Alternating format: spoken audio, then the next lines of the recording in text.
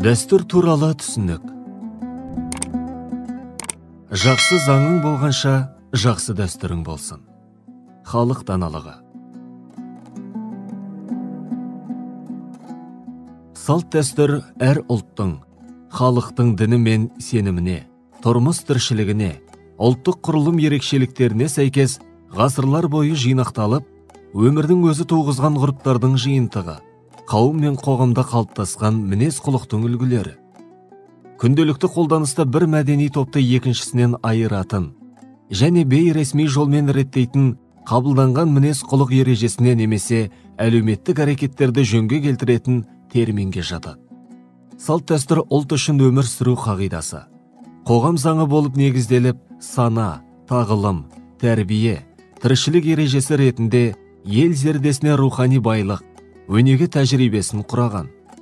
Бұл талаптар мен ережелерді халық бұлжытпай орындаумен бірге, оны құрметтемеген, сақтамаған адамдарды сол заң негізінде жазалап та отырған.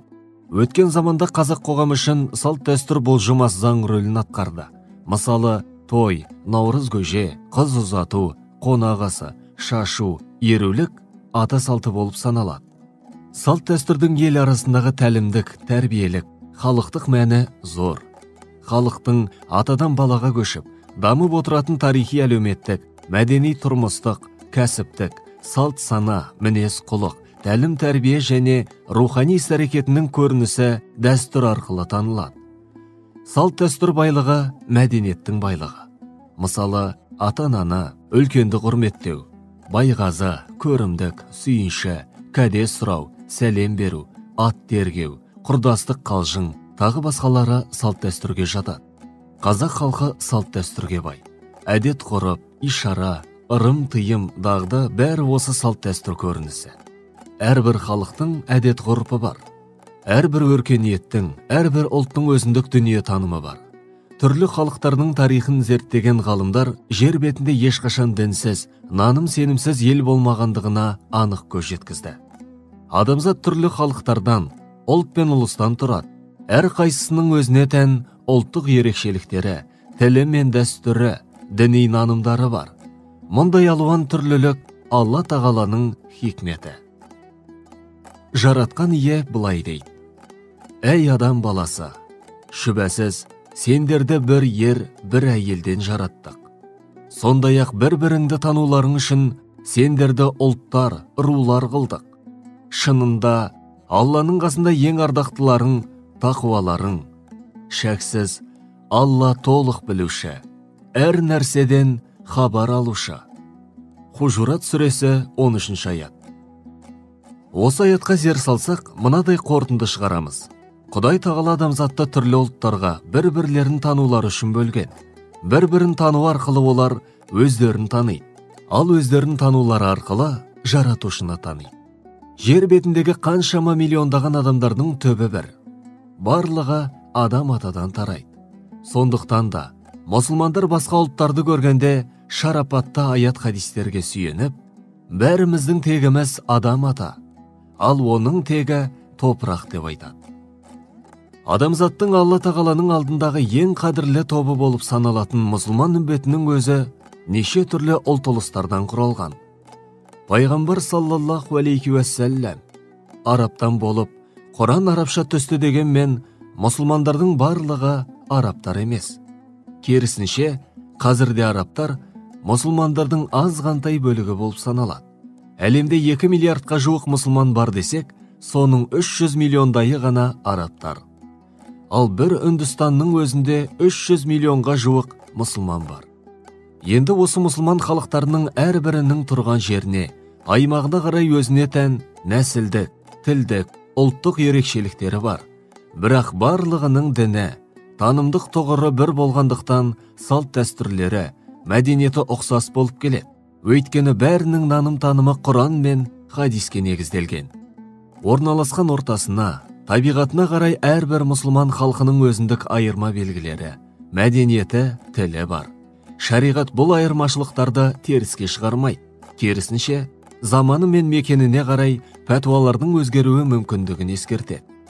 Мұсылман халықтарының салт дәстүрлерінің бәрі бірдей шариғат шарттарына сай келе бермейді. олардың арасында надандық дәуірден қалған, мұсылманшылықпен қабыспайтын сарқыншақтар да болуы ықтимал. Дәстүрді теріске шығару адасушылық. Мұсылман шариғатында адамдардың еркіне қалдырған мубах яки ерікті істер бар. Мысалы, тойларды, мейрамдарды өткізу жолдары, салт жоралғылары әрбір халықта әркелкі. Олардың бәрін шариғатқа сай келмейді деп айтуға болмайды. Керісінше, олар әрбір мұсылман халқының ғұламаларының көз алдында, әрі олардың құптауымен сан ғасырлардан бері атқарылып келе жатқан ғұрыптар.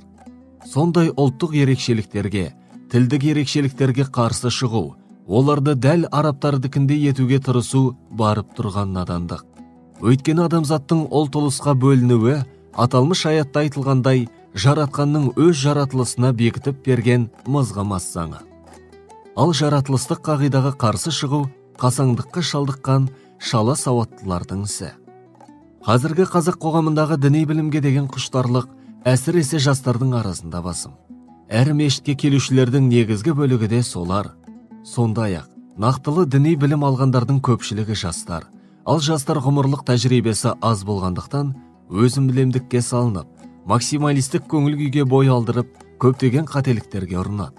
Жасына жетпей шейх атануға құлшынады. Құран мен хадистің негізгі мұраттарын түсінбей, қателіктерге жол береді. Нақтылы үкімдерді қамтитын мұхкам дәрежесіндегі аяттарды ысырып қойып, қоғамда жаңалық ашуды көздегендей, екінші дәрежелі ұқсас ұғымды муташабих дәрежесіндегі аяттарды алға шығарып, ғалымдар арасында түрлі көзқарас тудырған мәселелерді көтеріп, дау-дамай туғызып жатады. Мұндай келеңсіздіктердің басты себебі діни білімге ие болғандардың шала сауаттылығы, немесе албырттық көңіл күйлері. Нақ сондайлардың арасында өз ұлтының талай ғасырлардан бері қалыптасқан құндылықтарын, мәдени мұраларын, тіпті тарихы мен қазіргі болмысын жоққа шығаратындар да табылады. Егер олар шариғат шарттарын терең түсінсе, ондай адасушылыққа бармас еді. Сонымен қатар, дін саласында тәжірибелі, білімді деп есептелетін кейбір діндарлардың өзі, дінге болысудың жөні осы екен деп, қазақша бірдеңе жазғанда араб, түрік сөздерін қаз қалпында жазады. Мысалы, қазақтар Жүсіп, Жақия, Жүніс деуге үйренген әу баста бар есімдерді араб тіліндегі қалпында Юсуф, Яхия, Юнус деп береді. Осындай қылықтары арқылы олар екі түрлі қателікке бой алдырады. Біріншісі, дін мұратын жаңсақ түсіну. Ислам діні ұлттық ерекшеліктерді жоюға, әрбір тілдің табиғи заңдылықтарын мансұқ етуге мүлде шақырған емес, әрі шақырмайды да.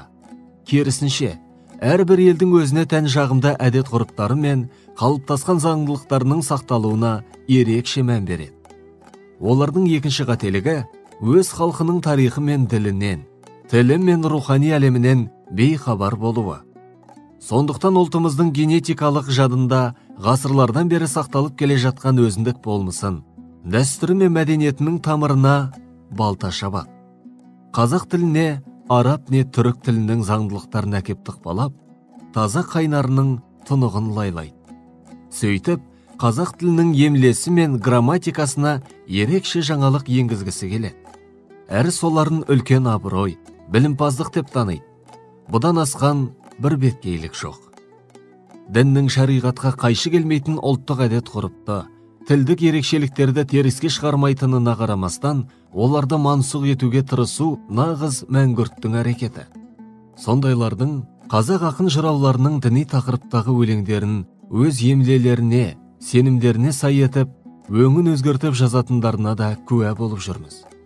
Алла тағала оларға тура жол, тереңірек білім нәсіп етсін. Сонымен қатар, қазіргі қазақ қоғамында халқымыздың дәстүрі мен тарихын, тілдік ерекшелігін мансұқ ететін, не жартылай мойындамайтын нигилистермен бірге әдет ғұрыпты, қазақшылықты қорғаудың жөні осы екен деп, дінді төмендетіп, ұлттық дәстүрді одан жоғары қоятындар да бар. Олардың көпшілігінің терең діни білімі жоқ. Бірақ осы тақырыпты талқылауға аса құштар. Дәлелдерінің дені дәстүр мен даналар сөздері. Шариғаттан мардымды мағлұмат болмағандықтан, әдет ғұрып пен дін арасындағы байланысты тереңірек түсіндіруге қауқары жоқ. Нәтижесінде, алғашқысына басымдық беріп, екіншісін төмендетеді. мұндай қасаң пікірлердің ғұмыры қысқа. Себебі адамдардың діни сауаттылығы артқан сайын айтушыға деген талап та күшеймек.